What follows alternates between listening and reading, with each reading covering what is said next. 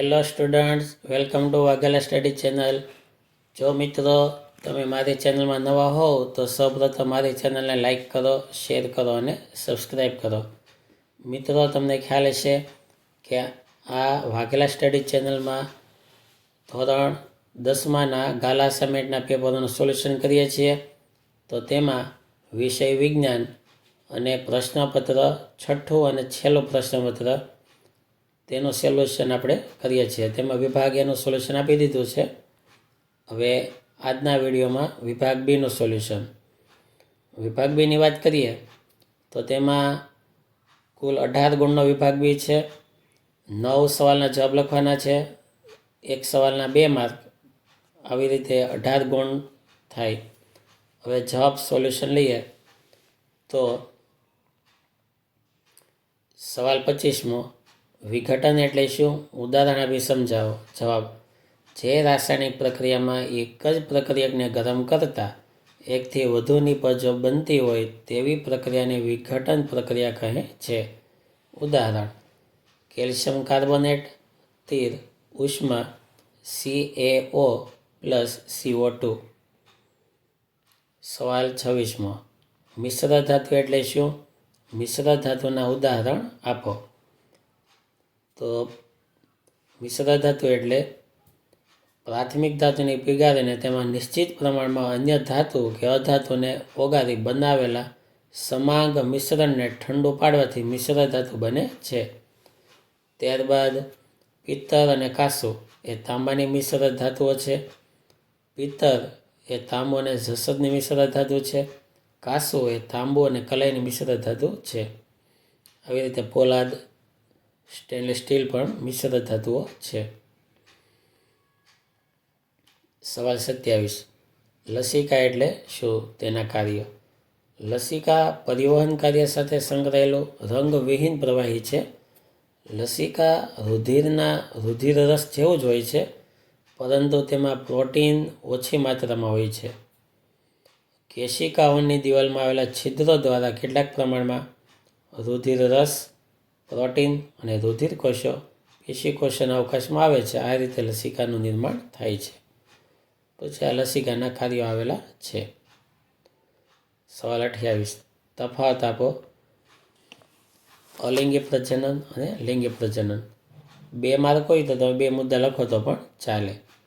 તો અહીં ઘણા મુદ્દા આપેલા છે, તેમાંથી કોઈ પણ 2 તમે મુદ્દા લખી શકો.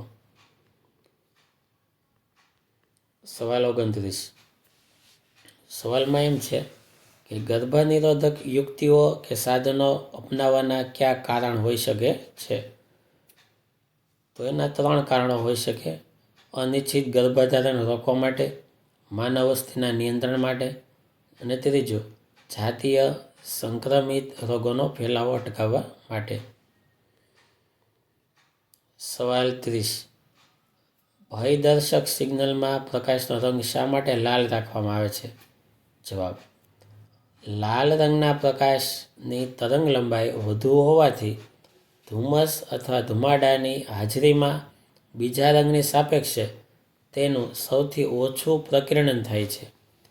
તેથી ઘણા દૂરથી પણ લાલ રંગની વસ્તુ જોઈ શકાય છે. આથી. સવાલ 31, વિદ્યુત પ્રવાહની તાપીય અસર એટલે શું?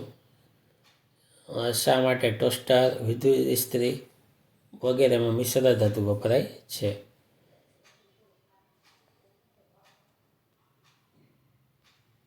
સવાલ 32, એમાં દાખલો છે. તો આ રીતે દાખલો, અને તેમાં અવરોધનું મૂલ્ય શોધવાનું છે. 2 છેડા વચ્ચે વિદ્યુત સ્થિતિમાનનો તફાવત શોધવાનો નથી. તો આ રીતે અજ્ઞાત અવરોધનું મૂલ્ય 5 ઓહમ આવે છે. સવાલ 33, 2 ચુંબકીય ક્ષેત્ર રેખાઓ એકબીજાને કેમ છેદતી નથી? તો આપેલ બિંદુએ ચુંબકીય ક્ષેત્ર બીની દિશા તે બિંદુએ ચુંબકીય ક્ષેત્ર રેખાને સ્પર્શક દોરીને મેળવી શકાય છે. જો 2 ચુંબકીય ક્ષેત્ર રેખાઓ એકબીજાને છેદે તો તેનો અર્થ એ થાય કે છેદન બિંદુ પાસે ચુંબકીય ક્ષેત્રની 2 દિશાઓ હોય, જે શક્ય નથી. તેથી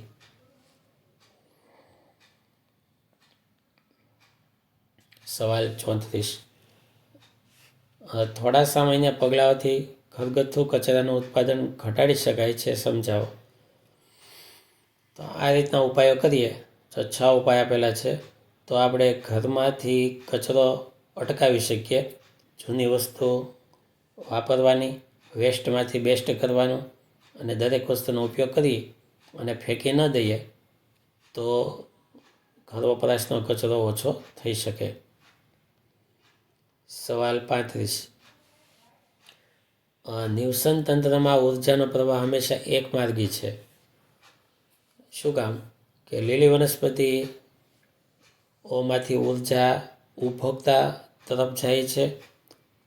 તૃણાહારીઓ દ્વારા મેળવાયેલી ઉર્જા લીલી વનસ્પતિ તરફ જતી નથી. આ રીતે ઉર્જાનો પ્રવાહ એક માર્ગી હોય છે. સવાલ 36. તફાવત આપો જલવાહક પેશી અને અન્નવાહક પેશી. તો તેમાં પણ 5 મુદ્દા છે.